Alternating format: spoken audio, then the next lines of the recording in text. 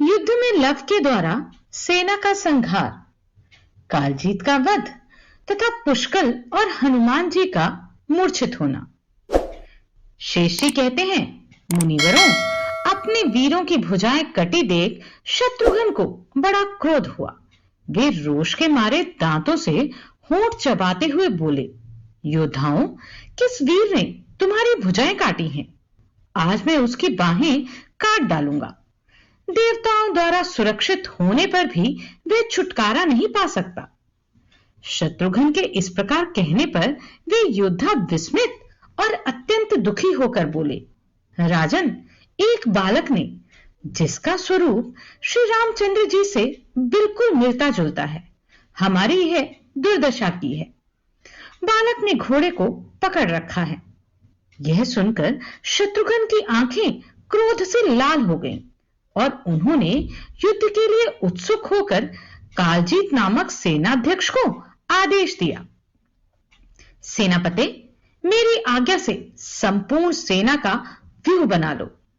इस समय अत्यंत बलवान और पराक्रमी शत्रु पर चढ़ाई करनी है।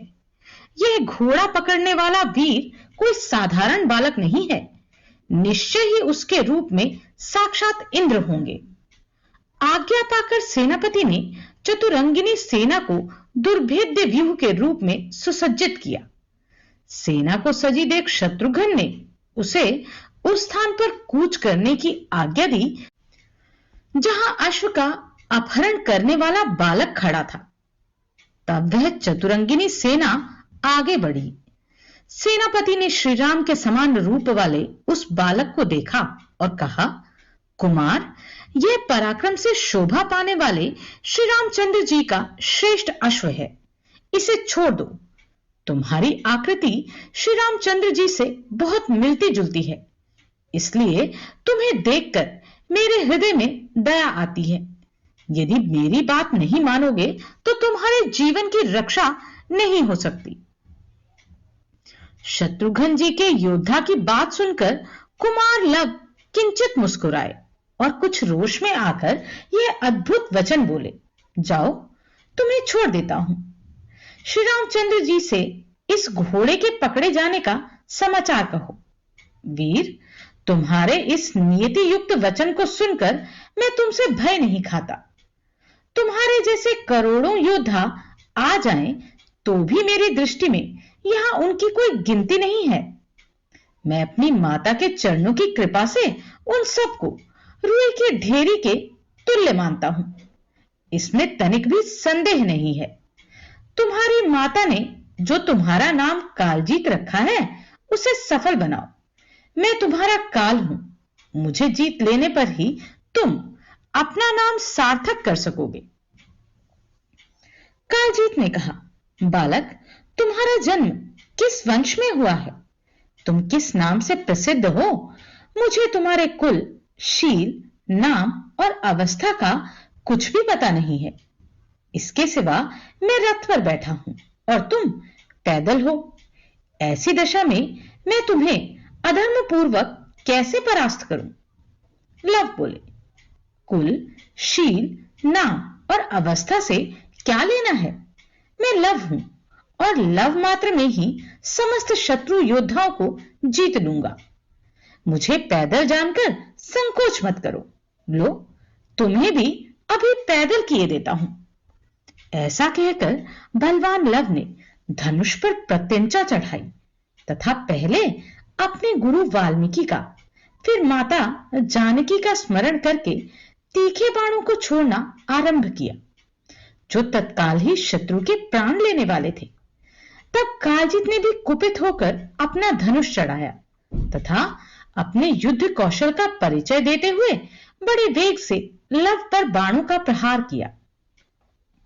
किंतु कुश के छोटे भाई ने क्षण भर में उन सभी बाणों को काटकर एक एक के 100-100 टुकड़े कर दिए और 8 बाण मारकर सेनापति को भी रथहीन कर दिया। रथ के नष्ट हो जाने पर वे अपने सैनिकों द्वारा लाए हुए हाथी पर सवार हुए। वह हाथी बड़ा ही वेगशाली और मद से उन्मत्त था। उसके मस्तक से मद की 7 धाराएं फूटकर बह रही थी। कालजीत को हाथी पर बैठे देख संपूर्ण शत्रुओं पर विजय पाने वाले वीर लव ने हंसकर उन्हें 10 बाणों से बींध डाला।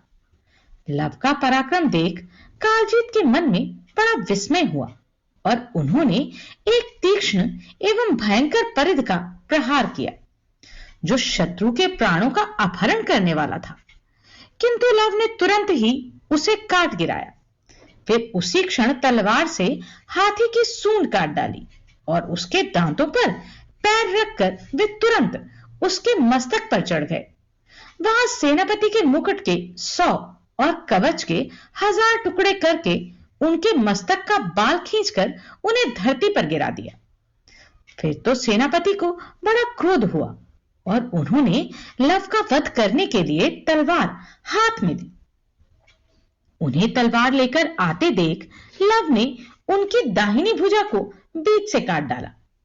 कटा हुआ हाथ तलवार सहित पृथ्वी पर जा गिरा। खड्गधारी हाथ को कटा देख सेनापति ने क्रोध में भरकर बाएं हाथ से लव पर गदा मारने की तैयारी की। इतने ही में लव ने अपने तीखे बाणों से उनकी उस बाह को भी भुजबंद सहित काट गिराया। तदनंतर कालाग्नि के समान प्रज्वलित खड्ग हाथ में लेकर उन्होंने सेनापति के मुकुट मंडित मस्तक को भी धड़ से अलग कर दिया। सेनाध्यक्ष के मारे जाने पर सेना में महान हाहाकार मचा। सारे सैनिक क्रोध में भरकर लव का वध करने के लिए क्षण भर में आगे बढ़ गए, परंतु लव ने अपने बाणों की मार से उन सबको पीछे खदेड़ दिया। कितने ही छिन्न भिन्न होकर वहीं ढेर हो गए और कितने ही रणभूमि छोड़कर भाग गए। इस प्रकार संपूर्ण योद्धाओं को पीछे हटाकर लव बड़ी प्रसन्नता के साथ सेना में जा घुसे। किन्हीं की बाहें, किन्हीं के पैर, किन्हीं के कान, किन्हीं की नाक तथा किन्हीं के कवच और कुंडल कट गए। इस प्रकार सेनापति के मारे जाने पर सैनिकों का भयंकर संहार हुआ। युद्ध में आए हुए प्राय सभी वीर मारे गए, कोई भी जीवित न बचा। इस प्रकार लव ने शत्रु समुदाय को परास्त करके युद्ध में विजय पाई तथा दूसरे योद्धाओं के आने की आशंका से वे खड़े होकर प्रतीक्षा करने लगे। कोई कोई योद्धा भाग्यवश उस युद्ध से बच गए। उन्होंने ही शत्रुघ्न के पास जाकर रणभूमि का सारा समाचार सुनाया। बालक के हाथ से कालजीत की मृत्यु तथा उसके विचित्र रण कौशल का वृतांत सुनकर शत्रुघ्न को बड़ा विस्मय हुआ। वे बोले, वीरों, तुम लोग छल तो नहीं कर रहे हो? तुम्हारा चित्त विकल तो नहीं है? कालजीत का मरण कैसे हुआ? ये तो यमराज के लिए भी दुर्धर्ष थे। उन्हें एक बालक कैसे परास्त कर सकता है? शत्रुघ्न की बात सुनकर खून से लथपथ हुए उन योद्धाओं ने कहा, राजन, हम छल या खेल नहीं कर रहे हैं। आप विश्वास कीजिए, कालजीत की मृत्यु सत्य है और वह लव के हाथ से ही हुई है। उसका युद्ध कौशल अनुपम है। उस बालक ने सारी सेना को मथ डाला। इसके बाद अब जो कुछ करना हो खूब सोच विचार कर करें। जिन्हें युद्ध के लिए भेजना हो वे सभी श्रेष्ठ पुरुष होने चाहिए। उन वीरों का कथन सुनकर शत्रुघ्न ने श्रेष्ठ बुद्धि वाले मंत्री सुमति से युद्ध के विषय में पूछा। मंत्रीवर, क्या तुम जानते हो कि किस बालक ने मेरे अश्व का अपहरण किया है और उसने मेरी सारी सेना का, जो समुद्र के समान विशाल थी, विनाश कर डाला है? सुमति ने कहा, स्वामिन, यह मुनिश्रेष्ठ वाल्मीकि का महान आश्रम है। क्षत्रियों का यहां निवास नहीं है। संभव है इंद्र हूं और अमर्ष में आकर उन्होंने घोड़े का अपहरण किया हो, अथवा भगवान शंकर ही बालक भेष में आए हों। अन्यथा दूसरा कौन ऐसा है जो तुम्हारे अश्व का अपहरण कर सके? मेरा तो ऐसा विचार है कि अब तुम ही वीर योद्धाओं तथा संपूर्ण राजाओं से घिरे हुए वहां जाओ और विशाल सेना भी अपने साथ ले लो।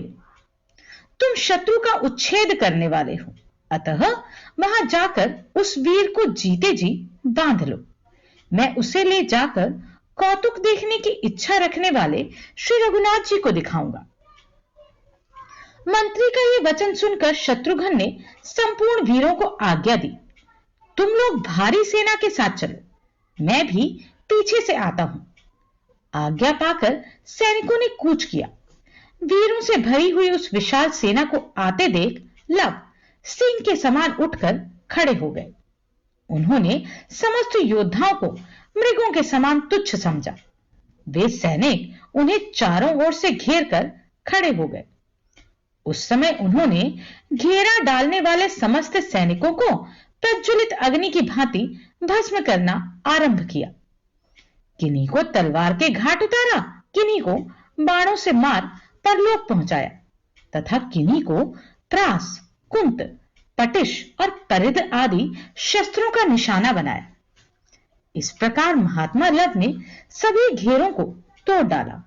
सातों घेरों से मुक्त होने पर कुश के छोटे भाई लव शरद ऋतु में मेघों के आवरण से उन्मुक्त हुए चंद्रमा की भांति शोभा पाने लगे। उनके बाणों से पीड़ित होकर अनेकों वीर धाराशायी हो गए।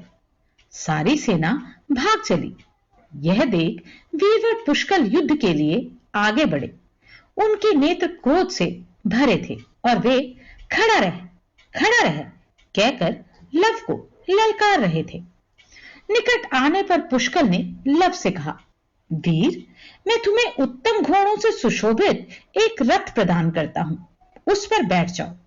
इस समय तुम पैदल हो, ऐसी दशा में मैं तुम्हारे साथ युद्ध कैसे कर सकता हूं?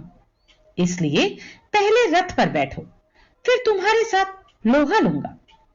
यह सुनकर लव ने पुष्कल से कहा, वीर, यदि मैं तुम्हारे दिए हुए रथ पर बैठकर युद्ध करूंगा तो मुझे पाप ही लगेगा और विजय मिलने में भी संदेह रहेगा।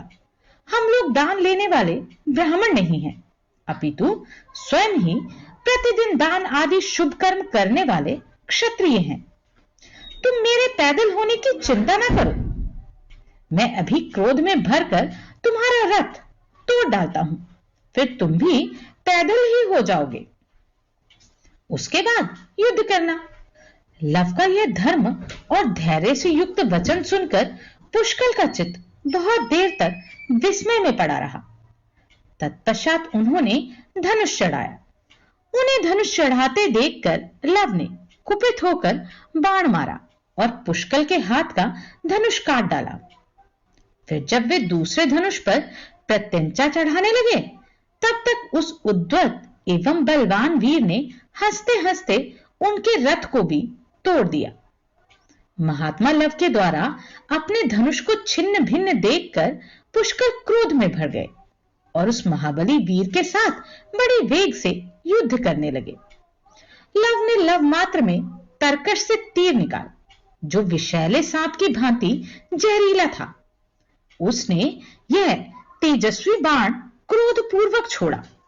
धनुष से छूटते ही वह पुष्कल की छाती में धंस गया और वह महावीर शिरोमणि मूर्छित होकर पृथ्वी पर गिर पड़े।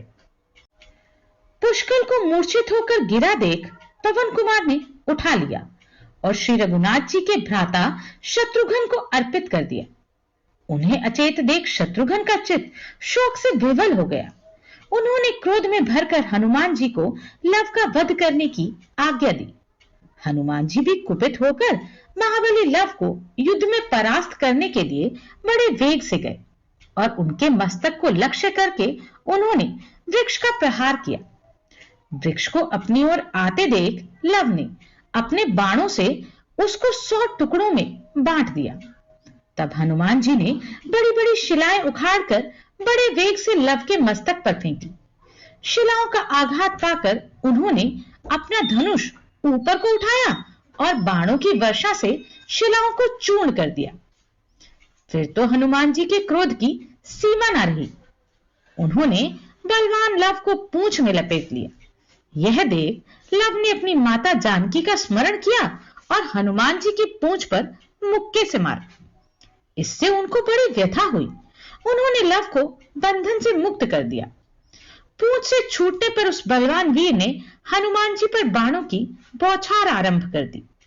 जिससे उनके समस्त शरीर में बड़ी पीड़ा होने लगी। उन्होंने लव की बाण वर्षा को अपने लिए अत्यंत दुस्सह समझा और समस्त वीरों के देखते देखते वे मूर्छित होकर रणभूमि में गिर पड़े। फिर लव अन्य सब राजाओं को मारने लगे। वे बाण छोड़ने में बड़े ही निपुण थे।